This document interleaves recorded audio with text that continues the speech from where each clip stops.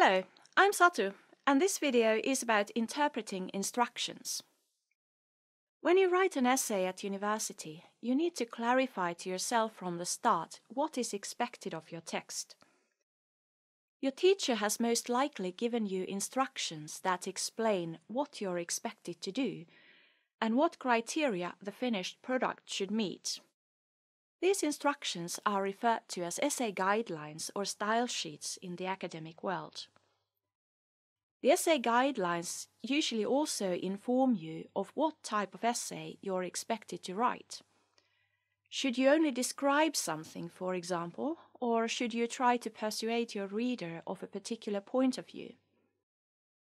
The essay guidelines often also say something about how the finished product will be assessed and how it will be graded.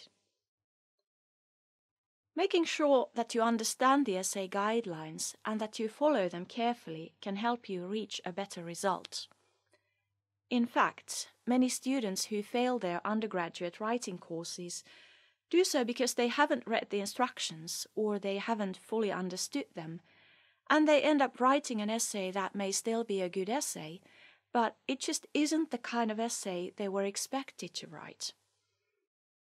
An essay that only describes something or tells the reader what happened or who did what won't be enough for a passing grade if the instructions state that you need to present an argument and defend it on the basis of evidence that can be examples, statistics, references to other people's work, and so on. So, let's look at some common types of information in essay guidelines. In addition to telling you what kind of an essay you are expected to write, descriptive or argumentative for instance, the guidelines usually say something about the expected length of the essay and about the layout, that is, what the finished essay will need to look like. So this means there will be information about things like the minimum and maximum number of words, font type, line spacing, margins, and text justification. The essay guidelines often also specify if you need a separate title page or not, and if you need to write a short summary of your essay in the form of an abstract. So, when you plan for your essay, you need to check for these things and make sure that you get them right from the start, and that you have a good idea of what the finished product will need to be like before it can be passed. You of course want to be able to focus on the contents of your essay when you write. It is a good idea at this stage to also learn the functions of your word processing program, so that you'll be able to format your essay document according to your teacher's instructions from the start.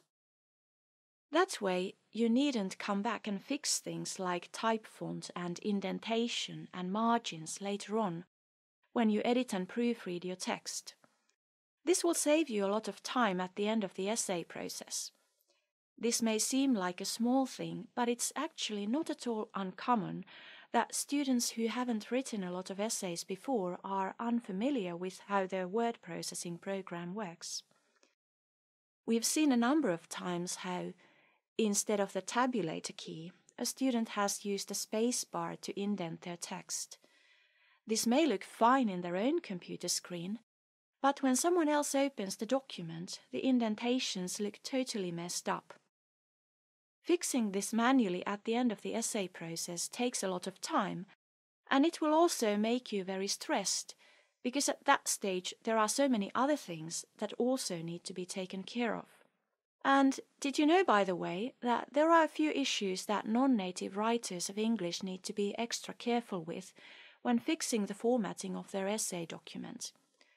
Quotation marks, for example, may look different in different languages, so when you write in English, you'll need to make sure that you set your word processing program to English language, so the quotation marks will look the way they should. Another thing that essay guidelines often provide information about is the expected structure of your text. Will you need a separate introduction, for example, and what will you need to do in the rest of the essay?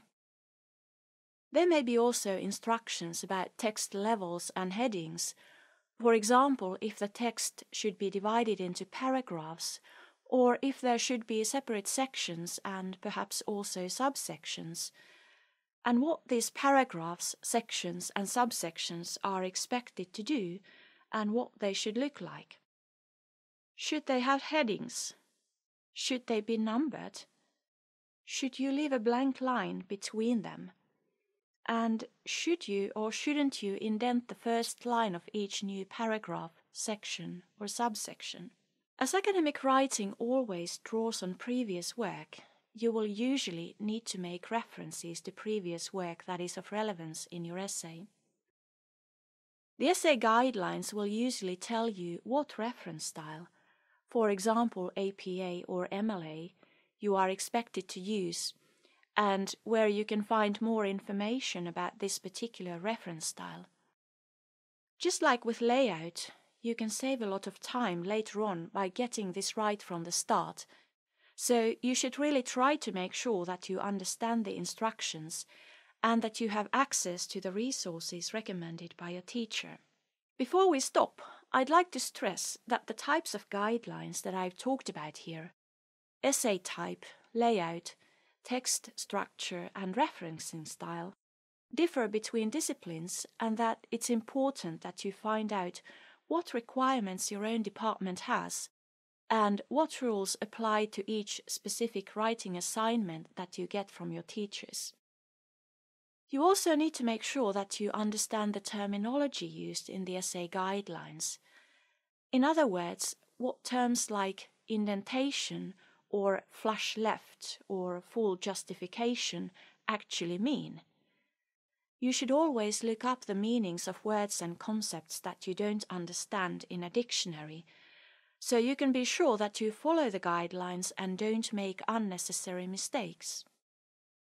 You may find it useful to write down some of the things that I've talked about here and use them as a kind of checklist while you're writing your essay.